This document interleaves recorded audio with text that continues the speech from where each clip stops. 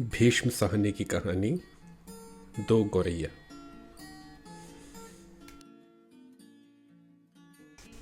घर में हम तीन ही व्यक्ति रहते हैं, माँ, पिताजी और मैं। पर पिताजी कहते हैं कि यह घर सराय बना हुआ है। हम तो जैसे यहाँ मेहमान हैं, घर के मालिक तो कोई दूसरे ही हैं।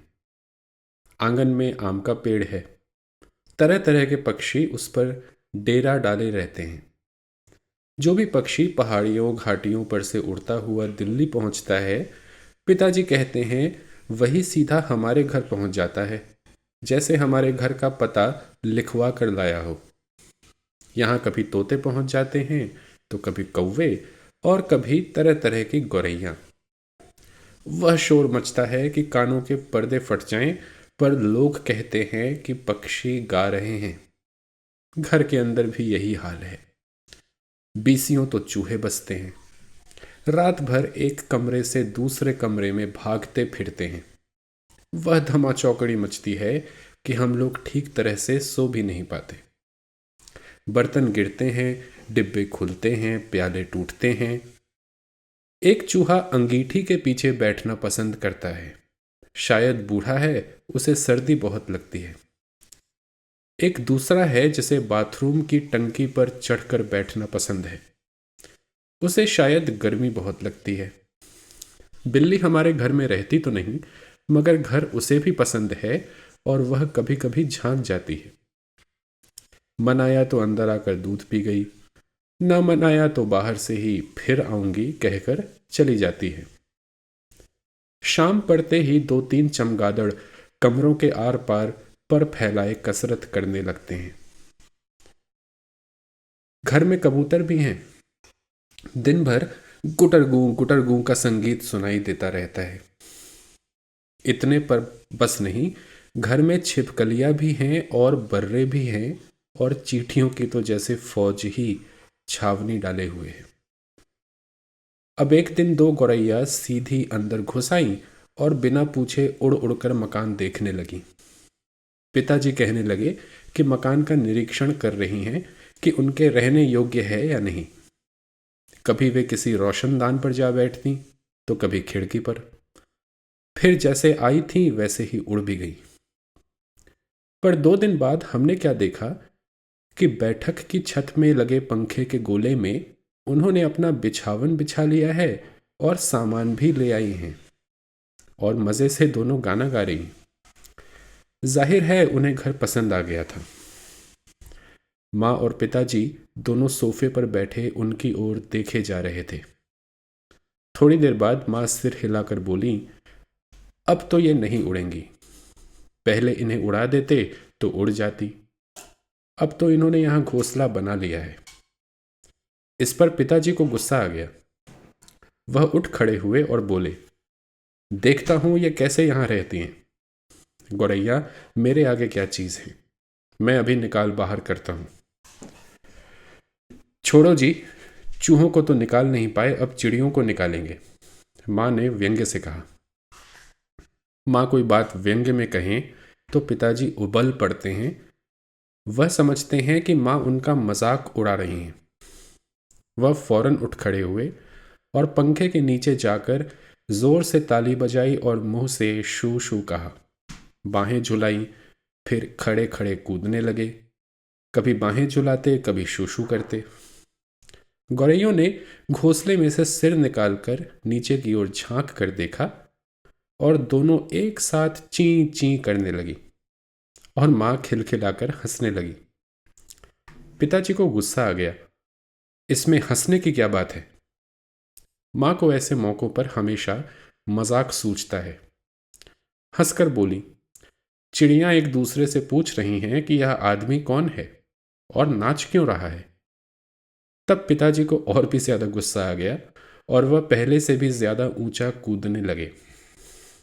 गौरैया घोंसले में से निकलकर दूसरे पंखे के डैने पर जा बैठी। उन्हें पिताजी का नाचना जैसे बहुत पसंद आ रहा था। मां फिर हंसने लगी। ये निकलेंगी नहीं, अब इन्होंने अंडे दे दिए होंगे। निकलेंगी कैसे नहीं? पिताजी बोले और बाहर से लाठी उठा लाए। इसी बीच गौरैया फिर घोंसले में जा बैठी थी। उन्होंने लाठी ऊंची उठाकर पंखे के गोले को ठकोरा। ची ची करती गौरैया उड़कर पर्दे के डंडे पर जा बैठी। इतनी तकलीफ करने की क्या जरूरत थी? पंखा चला देते तो ये उड़ जाती, मां ने हंस कर कहा। पिताजी लाठी उठाए पर्दे के डंडे की ओर लपके। एक गौरैया उड़कर किचन के दरवाजे पर जा बैठी, दूसरी सीढ़ियों वाले दरवाजे पर। मां फिर हंसती। तुम तो बड़े समझदार हो जी, सभी दरवाजे खुले हैं और तुम गौरैयों को बाहर निकाल रहे हो। एक दरवाजा खुला छोड़ो, बाकी दरवाजे बंद कर दो, तभी ये निकलेंगी। अब पिताजी ने मुझे झिड़क कर कहा, तू खड़ा क्या देख रहा है, जा दोनों दरवाजे बंद कर दे। मैंने भागकर दोनों दरवाजे बंद कर दिए, केवल किचन वाला दरवाजा खुला रहा। पिताजी ने फिर लाठी उठाई और गौरैयों पर हमला बोल दिया। एक बार तो झूलती लाठी मां के सिर पर लगते लगते बची। चींची करती चिड़ियां कभी एक जगह तो कभी दूसरी जगह जा बैठती। आखिर दोनों किचन की ओर खुलने वाले दरवाजे में से बाहर निकल गईं। मां तालियां बजाने लगीं। पिताजी ने लाठी दीवार के सहारे टिका कर रख दी और छाती फैलाए कुर्सी पर आ बैठे। आज दरवाजे बंद रखो, उन्होंने हुक्म दिया। एक दिन अंदर नहीं घुस पाएंगी तो घर छोड़ देंगी। तभी पंखे के ऊपर से ची ची की आवाज सुनाई पड़ी और मां खिलखिलाकर हंसती। मैंने सिर उठाकर ऊपर की ओर देखा, दोनों गौरैया फिर से अपने घोंसले में मौजूद थीं। दरवाजे के नीचे से आ गई हैं, मां बोली। मैंने दरवाजे के नीचे देखा, सचमुच दरवाजों के नीचे थोड़ी थोड़ी जगह खाली थी। पिताजी को फिर गुस्सा आ गया। मां मदद तो करती नहीं थी, बैठे हंसे जा रही थी। अब तो पिताजी गौरैयों पर पिल पड़े। उन्होंने दरवाजों के नीचे कपड़े ठूंस दिए ताकि कहीं कोई छेद बचा न रह जाए, और फिर लाठी झुलाते हुए उन पर टूट पड़े। चिड़ियां चींची करती फिर बाहर निकल गईं, पर थोड़ी ही देर बाद वे कमरे में फिर से मौजूद थीं। अब की बार वे रोशनदान में से आ गई थीं, जिसका एक शीशा टूटा हुआ था। देखो जी, चिड़ियों को मत निकालो, मां ने अब की बार गंभीरता से कहा। अब तो इन्होंने अंडे भी दे दिए होंगे, अब ये यहां से नहीं जाएंगी। क्या मतलब? मैं कालीन बर्बाद करवा लूं? पिताजी बोले और कुर्सी पर चढ़कर रोशनदान में कपड़ा ठूंस दिया और फिर लाठी झुलाकर एक बार फिर चिड़ियों को खदेड़ दिया। दोनों पिछले आंगन की दीवार पर जा बैठी। इतने में रात पड़ गई। हम खाना खाकर ऊपर जाकर सो गए। जाने से पहले मैंने आंगन में झांक कर देखा, चिड़ियां वहां पर नहीं थीं। मैंने समझ लिया कि इन्हें अक्ल आ गई होगी, अपनी हार मानकर किसी दूसरी जगह चली गई होंगी। दूसरे दिन इतवार था। जब हम लोग नीचे उतर कर आए तो वे फिर से मौजूद थीं और मजे से बैठी मल्हार गा रही थीं। पिताजी ने फिर लाठी उठा ली। उस दिन उन्हें गौरैयों को बाहर निकालने में बहुत देर नहीं लगी। अब तो रोज यही कुछ होने लगा। दिन में तो वे बाहर निकाल दी जाती, पर रात के वक्त जब हम सो रहे होते तो न जाने किस रास्ते से वे अंदर घुस आती। पिताजी परेशान हो उठे। आखिर कोई कहां तक लाठी झुला सकता है? पिताजी बार बार कहे, मैं हार मानने वाला आदमी नहीं हूं, पर आखिर वह भी तंग आ गए थे। आखिर जब उनकी सहनशीलता चुक गई तो वह कहने लगे कि वह गौरैयों का घोंसला नोच कर निकाल देंगे, और वो फौरन ही बाहर से एक स्टूल उठा लाए। घोंसला तोड़ना कठिन काम नहीं था।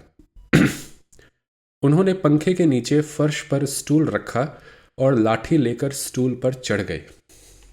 किसी को सचमुच बाहर निकालना हो तो उसका घर तोड़ देना चाहिए, उन्होंने गुस्से से कहा।